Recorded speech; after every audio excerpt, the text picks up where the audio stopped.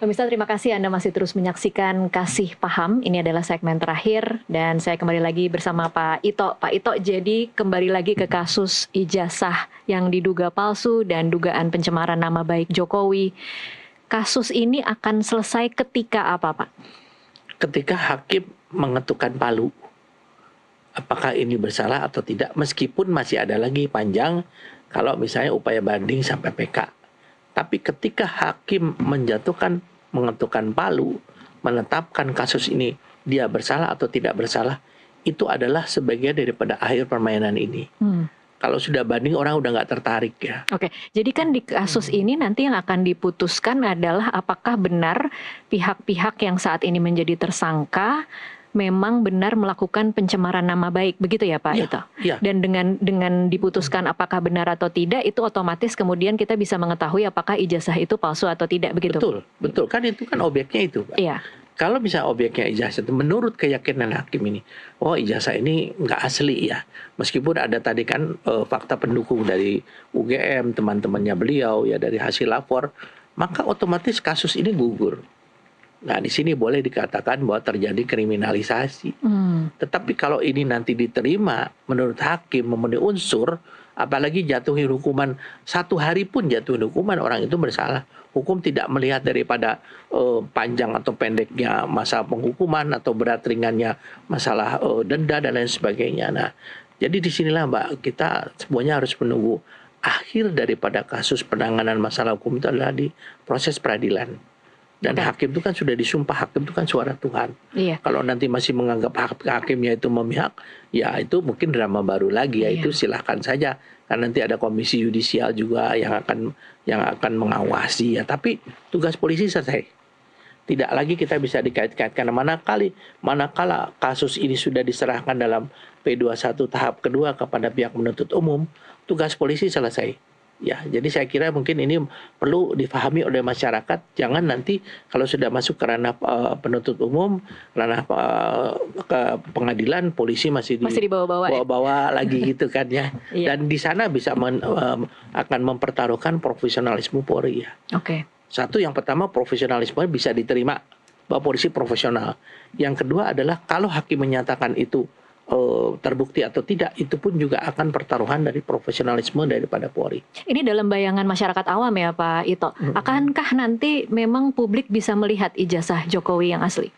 Ya pasti, tapi kan nggak mungkin setiap orang 280 juta megang ngelihat ya. Tetapi akan diperlihatkan di pengadilan pasti, ya? Tergantung daripada hakim. Hakim kan pasti sudah akan dibuka melihat. Atau tidak pasti begitu ya, pasti. Kenapa? Itu objek utamanya. Nanti kalau hakim melihat, ini ijazahnya Pak, ini adalah hasil lapor, ini adalah hasil daripada analisa para saksi ahli, ini adalah yang mengeluarkan ijazah ini Pak. Itu nanti masuk ke dalam hakim, masuk sana dulu pokok perkaranya.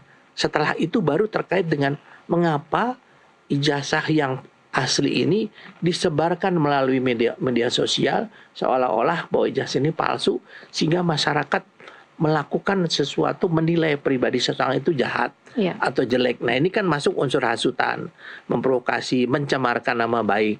Nah, karena dia pakai media sosial, maka masuklah undang-undang ITE. Jadi yang menentukan ini bukan penasihat hukum Pak Jokowi, bukan Pak Jokowi, tapi adalah penyidik berdasarkan peristiwa, berdasarkan alat bukti, berdasarkan mekanisme hukum yang ada di kita. Gitu, Mbak. Baik. Kalau bisa kasih saran kepada pihak kepolisian yang saat ini sedang menangani kasus Jokowi, karena ini kita masih menunggu sampai kemudian masuk ke pengadilan, apa yang harus dijadikan rambu-rambu bagi polisi, Pak Ito? Sebagai penasihat ahli Kapolri, Mbak, saya setiap saat, bahkan sebelum ke sini, saya menanyakan sejauh mana penanganan mereka, dan adik-adik menjawab secara profesional. Saya punya buktinya ya. Dan di situ saya nilai bahwa mereka sudah bekerja secara profesional ya. Oh, ini Pak Ito komunikasi langsung dengan pasti, karena saya kan punya jalur khusus ya. Kecuali saya purnawirawan biasa ya mungkin ya, yang mungkin bisa membuat satu narasi-narasi opini. Apa yang membuat Pak Ito yakin bahwa mereka profesional dan memang benar-benar menangani kasus ini bebas dari tekanan? Gampang. Saya ini orang hukum. Yang kedua, saya mantan penyidik. Saya bisa melihat di sana keganjilan dari aspek hukum secara normatif maupun dari pengalaman saya sebagai penyidik. sebagai kabar eskrim, saya menghabiskan waktu kan lebih daripada 12 tahun sebagai penyidik asli loh Mbak Iya. ya. Penyidik Kan asli. ada Ada juga penyidik yang palsu ya Pak ya? ada yang mungkin karena udah nggak ada jabatan lain kasih aja jadi penyidik gitu. Ada saja kan ini kepentingan organisasi. Tapi di sini saya melihat adik-adik yang di Polda Metro maupun di Bareskrim mereka sangat-sangat profesional. Oke. Dan terakhir sebelum saya ke sini saya ngecek dulu gitu ya. Nah, mereka menyampaikan ini jenderal semuanya ada catatannya di saya dan saya sudah menilai apa yang dilakukan mereka itu sudah on the track dan tentunya mereka tinggal bagaimana nanti keputusan penuntut umum untuk P21 tahap kedua yaitu sebagai nanti upaya yang terakhir yang mereka harus penuhi. Oke. Harapan untuk publik yang saat ini masih terbelah seperti apa Pak Ito? Ya, pertama saya sangat mengapresiasi ya Mbak Tasya dengan forum ini ya. Karena publik terbelah itu kan karena ketidaktahuannya. Itu mungkin kan kembali kepada manusia ya. Jadi bagaimanapun sekarang penetapan narasumber yang dianggap bisa memberikan pencerahan ya kepada publik.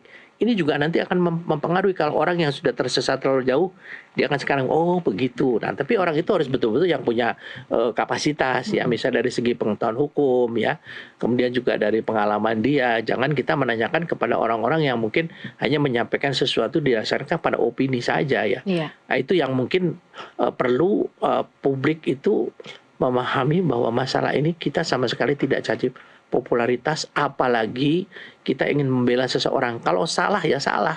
Dan saya kalau memang betul-betul misalnya katakan Pak Jokowi salah, saya orang yang paling kecewa mengapa negara ini sampai kecolongan dipimpin oleh seorang presiden yang memiliki ijazah. Dan ini sudah birokrasinya udah hancur lebur negara kita nih. Tapi kalau misalnya beliau benar, kenapa kita tidak harus mengatakan beliau benar gitu kan? Sekian lama loh 10 tahun Mbak. Nggak mungkin presiden kita ini misalnya logikanya ya dipimpin oleh seorang presiden yang abal-abal atau presiden yang katakan ondel-ondel gitu ya. Kan nggak juga gitu loh. Gitu Mbak. Oke, baik. Terima kasih Pak Ito Sama-sama, untuk waktunya Mbak. bersama Ya. kami di Kasih Paham. Ya. Pemirsa, perdebatan boleh keras, pendapat boleh berbeda. Namun pada akhirnya kebenaran tidak ditentukan oleh siapa yang bicara paling lantang, melainkan oleh proses hukum yang transparan dan dapat dipertanggungjawabkan. Sampai jumpa di Kasih Paham berikutnya.